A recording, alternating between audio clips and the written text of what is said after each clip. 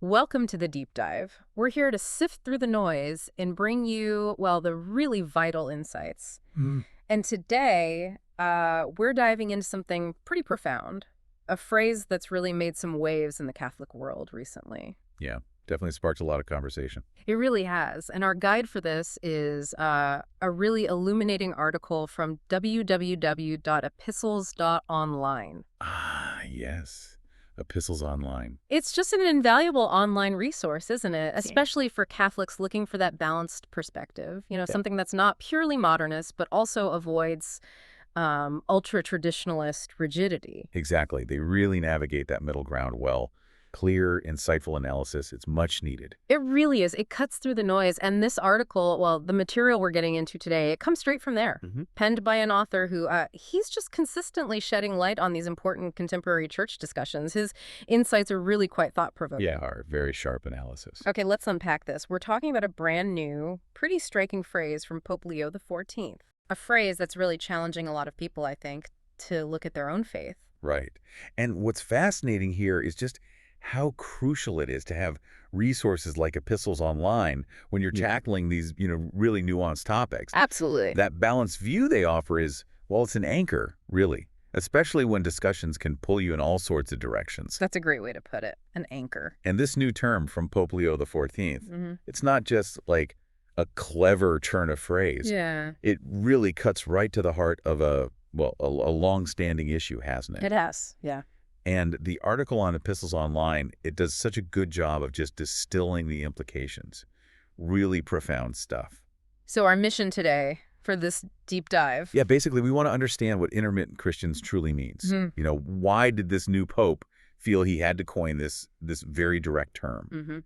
And maybe most importantly, what does it call you, the listener, to think about regarding your own faith journey? Right. It's not just academic. No, not at all. It's about getting past just the words and grasping the challenge, the personal relevance. Okay, so let's pinpoint exactly where this all started. The moment this phrase kind of exploded onto the scene. Right. It was just last Sunday, actually, July 6th, 2025. So very recent. Very recent. Yeah. It happened during Pope Leo XIV's Angelus address, the traditional noon prayer from St. Peter's Square. Yeah. And his words just, boom, they clearly hit a nerve, made an immediate impact. The article describes it perfectly, I think. A new and striking phrase that can surely make many people stop and think. And you really see why when you hear the actual quote. Exactly. Let me read it. It's directly from the source here. The Pope said, "Dear brothers and sisters, the Church and the world do not need people who fulfill their religious duties as if the faith were merely an external label." Strong words. Right. He continues, "We need laborers who are eager to work in the mission field, loving disciples who bear witness to the kingdom of God in all places." Laborers, loving disciples. Yeah. Then he says, "Perhaps there is no shortage of intermittent Christians who occasionally act upon some religious feeling or participate in sporadic events." There it is. There it is. Uh-huh. "But there are few who are ready on a daily basis to labor in God's harvest, cultivating the seed of the gospel in their own hearts in order then to share it in their families, places of work or study, their social contexts, and with those in need." Wow. Those two words, intermittent Christians. They just jumped right out, didn't They they? really did, leapt out, like you said. And, precisely because those two words, intermittent Christians, they just instantly capture this long-standing, deeply felt problem within the church. Well, it's not a new problem, just maybe a new label. Exactly. It's a challenge that maybe lacked that clear sort of official designation until now. And the article, it points this out, how this new term, well, it connects powerfully to all those other informal labels we've used for years, Like right? lapsed Catholics, or lapsed Catholics, cafeteria Catholics, cultural Catholics, uncatechized Catholics, or even just, people who don't really practice. Right. We all kind of know what that means intuitively. We do. But giving it this more official name, as the article puts it, that changes things, doesn't it? How so? What's the significance of the name itself? Well, if we connect this to the bigger picture, Yeah.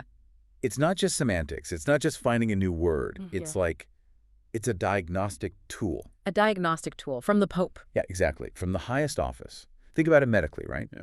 If a condition is just vaguely described, maybe ignored, it's really hard to treat effectively. Okay, I see that. But once it gets a specific name, a diagnosis, Then researchers can focus on it, doctors recognize it, treatments can be developed, it becomes concrete. So naming it allows us to actually address it. Precisely. It changes our ability to acknowledge it openly, to discuss it productively, and crucially, to start thinking about how to address it pastorally. Pope Leo XIV, by giving it this name, he's providing a really clear focal point.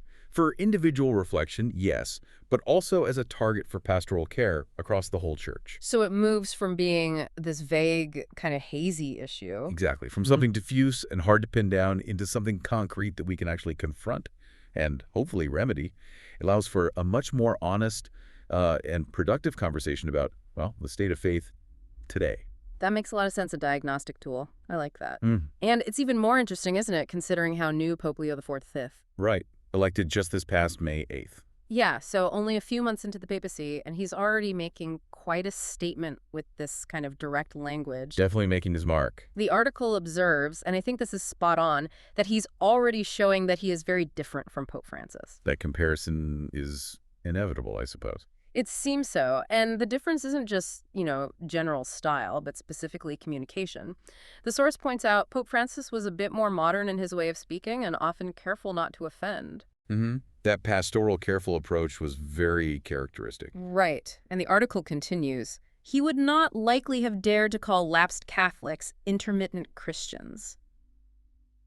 That does feel like a fair assessment, probably. It's a much sharper edge to this phrase. It really is, which highlights this notable shift in how the papacy is choosing to talk to the faithful. A move towards, well, maybe a more direct, less varnished approach. Yes, and this raises an important question. What does it mean for the church when a pope adopts this kind of direct, maybe less careful style? Yeah, what are the implications? Pope Leo has clearly chosen to speak very clearly, as the article says. And that clarity, that directness, while it might be, startling, maybe even uncomfortable for some people, I can imagine. it likely carries a very deliberate intention. The source suggests he probably used these words to remind Catholics that faith is something serious and life-changing. Not just a hobby. Exactly. Not something we practice only when it is convenient or when we feel emotional. That hits hard, doesn't it? It does. Faith as more than just feelings or convenience. Right. So this isn't just an off-the-cuff remark. It feels like a very conscious choice to underscore the profound seriousness, the gravitas of faith. And historically, papal communication styles do shift, don't they? They adapt. Oh, absolutely. They often reflect the perceived needs of the time. Pope Francis, he famously used those simple analogies, that very pastoral, empathetic tone. Reaching out to the peripheries was key for him. Pope Leo IV's shift towards this more explicit, maybe more challenging vocabulary.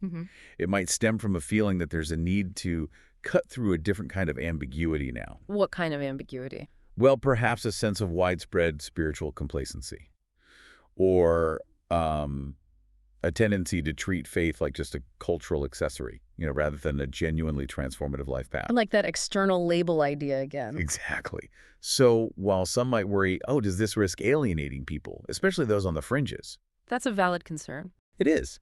But it could also be seen as maybe a necessary jolt for the church, a kind of wake-up call. A shake-up. A shake-up, yeah. A clear call to self-assessment, designed to challenge that complacency and really recenter our understanding of faith as this continuous transformative daily commitment. So for you listening, it forces that moment of, okay, where do I actually stand? Am I really engaged or am I just coasting? Precisely. This directness, the article implies, isn't accidental. It's strategic. It's intended to foster a deeper, more authentic engagement with faith, moving beyond just like ticking the boxes. Genuine lived discipleship. That's the goal.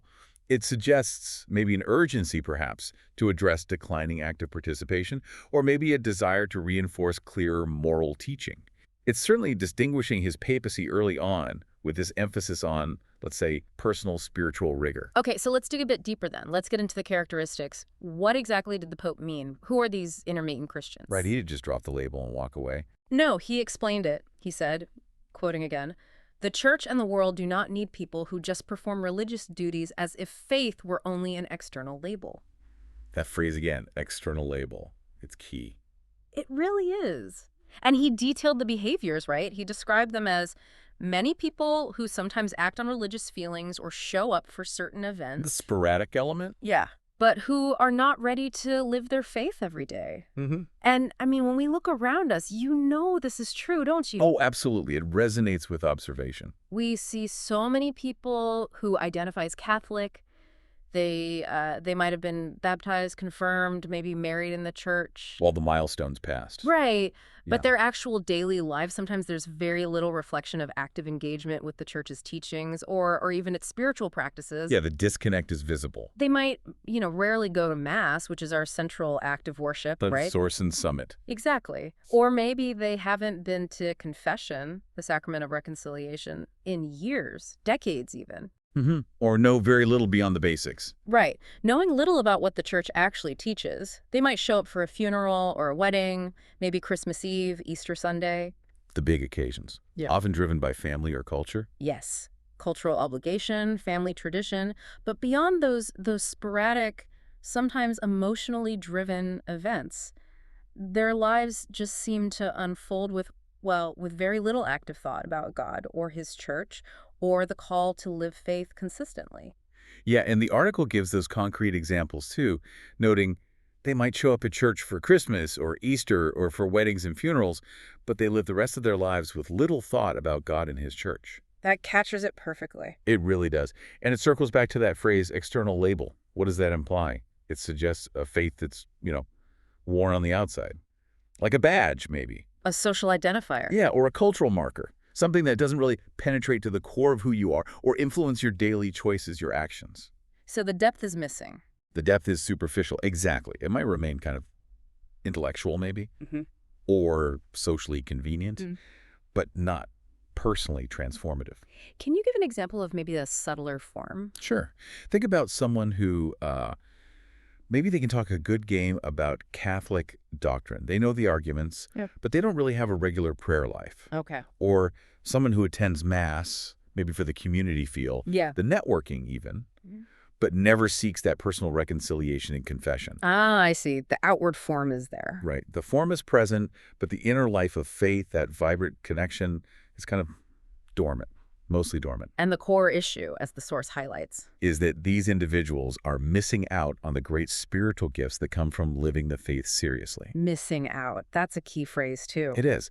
So for you, the listener, thinking about this, what does it mean? Faith is an external label versus an internal reality. It's really the difference between just sort of identifying with a group Belonging culturally. versus actively cultivating a relationship that genuinely changes you. When faith is just external, okay, you might feel connected to the history, the culture, maybe the social aspects, but you miss out on that deep inner peace, the moral clarity, that profound sense of purpose, the strength that comes from active spiritual engagement. The engine isn't running, so to speak. Good analogy. You might go through the motions, but that profound, life-altering experience of a living relationship with God, it just remains largely untapped. It leaves this kind of void where real spiritual sustenance should be. It's like having a key to a treasure chest, but never actually opening it. Exactly. Or like having access to this Pope Leo XIV's words. Then, as the source makes clear, they remind us faith isn't just about belonging to a group or following rules, checking boxes. absolutely not. It's fundamentally, at its core, about a living, dynamic, transformative relationship with Jesus Christ. Living, dynamic, transformative. Those are the key words. It's not static. It's not just obligation. It's this vibrant, ongoing connection that's meant to shape you, change you from the inside out, affecting everything you do, how you interact every single day. And what's fascinating here is, again, the Pope isn't just, complaining about low attendance numbers or rules being broken. It's deeper. It's much deeper. He's highlighting this fundamental disconnect from the very source of spiritual life, spiritual sustenance, spiritual growth. And the article spells out what's gained through active faith. It does. It talks about the immense spiritual treasures, emphasizing that it is through the sacraments, prayer, and learning the faith that we discover the joy, peace, and freedom that God wants for us. Joy, peace, and freedom. That sounds pretty good. Doesn't it? And this just reinforces the seriousness, the gravity of being an intermittent Christian. The article states, people who live as intermittent Catholics are not just neglecting obligations. They are missing out on the grace and help God wants to give them. Missing out on grace and help. Let's explore that a bit. What does that actually look like in daily life for you, the listener? Okay, let's make it practical. What does this grace and help look like? A living relationship translates into really tangible benefits, Like what?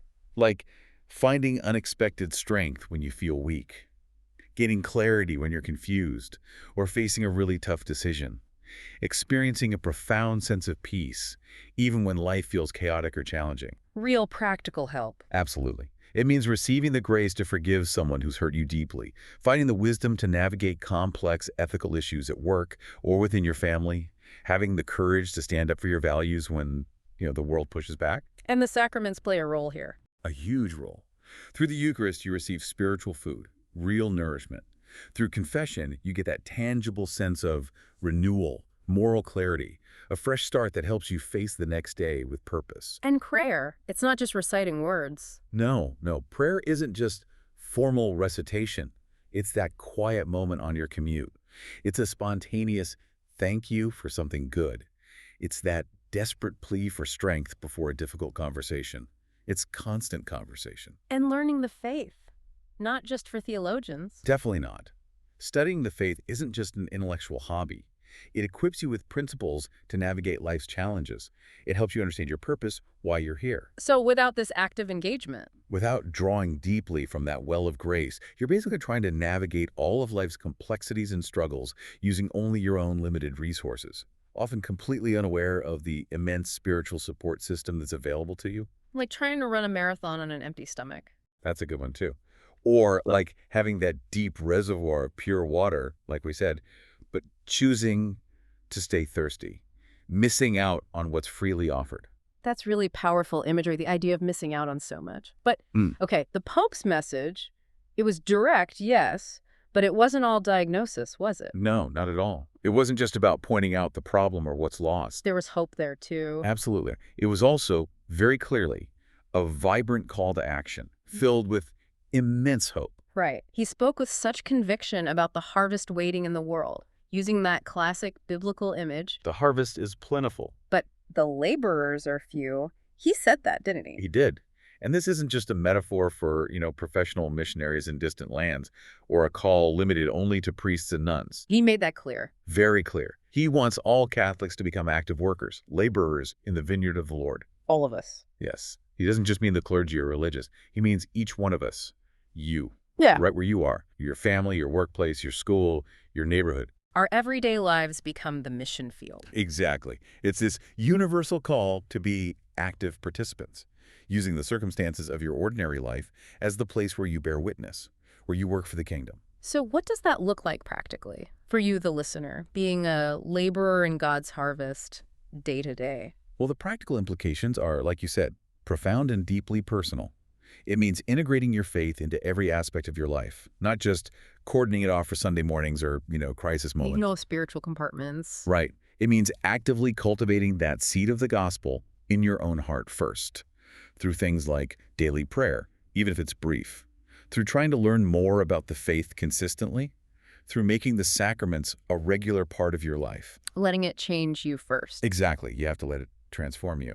And then, when that seed is genuinely growing, when it's strong and vibrant inside you, it just naturally starts to bear fruit. How does that fruit get shared? Well, you share it in your family, maybe through more patience, more understanding, offering forgiveness more readily. You share it at work through your integrity, your compassion, making ethical choices even when it's hard. You share it at school, maybe through kindness, through being a principled example. In your neighborhood, just by being a neighbor who genuinely cares, who offers practical help when needed, who embodies Christ's love in tangible ways. It sounds simple, but maybe not easy. It's simple in concept, perhaps. Yeah. But we often overcomplicate it, don't we? We think, oh, I need some grand plan, some special program. I need to be specially trained before I can do anything. Right. Analysis paralysis. Totally. But Pope Leo XIV was strikingly clear on this. He said, we do not need to invent new plans or programs before we begin this work. So what do we need? He stated very clearly, what we need most is prayer and a deep relationship with God. Back to the foundation. Always back to the foundation. That's the wellspring. That's where all true effective labor comes from. When we genuinely pray, when we really open our hearts to the Lord, He changes us from the inside. He equips us. He equips us, refines our character, strengthens our resolve, and then He sends us out not necessarily with a giant banner, but to share his love and truth with others, often just through the natural overflow of our changed hearts. Through our example. Through our lived example, Mhm. through a life that looks different because it's transformed by grace. Yeah. That's how we start being intermittent Christians, those who just dip in and out, and how we become true disciples. Committed, consistent, active. Exactly. Deeply committed, consistently present, actively participating in God's work right where he's placed us. It's about being present, intentional, prayerfully responsive in every moment we can manage. And then bringing it all together, how did he conclude this message? There was a final appeal, wasn't there? Yes, there was. It was beautiful, actually. Pope Leo XIV ended his address by asking Mary, the Blessed Virgin, to help us. To help us say yes. To help us say yes to God, just as she did. It's such a powerful and poignant way to finish, offering us the ultimate model of what this kind of full discipleship looks like. The ultimate model. Indeed. Mary's example, as the source presents it, she is the blueprint for what it means to be a true, non-intermittent disciple. Why? Because she gave her whole life to God without holding back. Without holding back. That's key. It's absolute key. She didn't just, attend the required synagogue services or offer a prayer when she felt like it. Her yes, her fiat at the Annunciation, that wasn't just a one-off event. It was the start of a complete, unreserved, lifelong commitment. A yes that echoed through her entire life. Through everything. Through everything. Yeah. From the joy of Christmas to the fear and uncertainty of fleeing to Egypt, through all those hidden years in Nazareth, and then ultimately standing steadfastly right there at the foot of the cross, witnessing the unimaginable. She never wavered. Her commitment was total. She shows us how to live our faith every single day, in every circumstance, not just, now and then. And this raises an important question for us today, doesn't it? How does Mary's radical, unwavering commitment challenge our modern sensibilities? That's a great question. Our sensibilities about convenience, comfort, personal autonomy. Right. We like things easy. We like minimal effort, maximum reward. Exactly. And in a world that prizes all of that personal choice, above all, maybe, immediate gratification, Mary stands as this stark, powerful reminder that true faith, the kind that actually transforms you, it often demands complete letting go of self-interest, a wholehearted embrace of God's will, whatever it is, whatever the cost, whatever the discomfort. So for the modern Catholic trying to move away from being intermittent, Mary's example isn't about achieving perfection. No, I don't think it's about perfection in the sense of never making a mistake. It's about being wholeheartedly available, consistently responsive to God's presence and his call in your life. How does that translate day to day? It means intentionally bringing your faith into every decision you make, every conversation you have, every challenge you face, letting your faith actually shape your responses, guide your actions, just as Mary allowed God's will to shape every single aspect of her life. So it's about consistency. It's about that consistent, intentional turning towards God in all circumstances, not just when it's easy or socially acceptable or feels good, but even in the tough times, the confusing times, the moments of deep sorrow or doubt. Letting our yes be real. Letting our yes resonate, not just in a moment of inspiration, but in our daily choices, in our actions, maybe even in every breath. A lived yes. So ultimately, the Pope's overarching desire here, it seems really clear. He wants us to know that the Lord truly wants to make us joyful laborers in his harvest. Joyful. That's important too. It's not meant to be a grim duty. Right. He wants us to experience the profound joy that comes from that full, active, consistent engagement with our faith. Not just for our own sake, but for the good of the world around us too. It overflows. It overflows. So maybe a final thought for you listening right now, building on all this. Consider this. What's one small but intentional daily step you could take this week? Something to move just a little bit further away from that intermittent faith, that on-again, off-again approach. And maybe a little closer to being one of those joyful laborers right where you are in your own sphere of influence. Maybe it's dedicating just 10 minutes to quiet prayer each morning before the day gets crazy. Could be. Or making a conscious effort to practice patience with a difficult colleague or family member. Or simply trying to be more honest, more ethical in your everyday dealings, small things. Small, consistent things. May we all really hear this new Pope's call. May we choose to be faithful Catholics, not just in name, not just by culture or habit, but in how we actually live. In how we live each and every day. Because there's a deep, inherent, and enduring joy that comes from answering that call, from truly engaging with your faith, from becoming that consistent, active participant in God's plan. A joy that intermittent faith can't offer. Exactly. Yeah. It's a joy that far surpasses the fleeting comfort or the mere convenience of an intermittent approach. It's a joy that really transforms not only you, but also the world around you, one consistent, faithful step at a time. Well, thank you so much for joining us on this deep dive into Pope Leo XIV's really impactful message about intermittent Christians. Mm-hmm. A lot to reflect on. Definitely.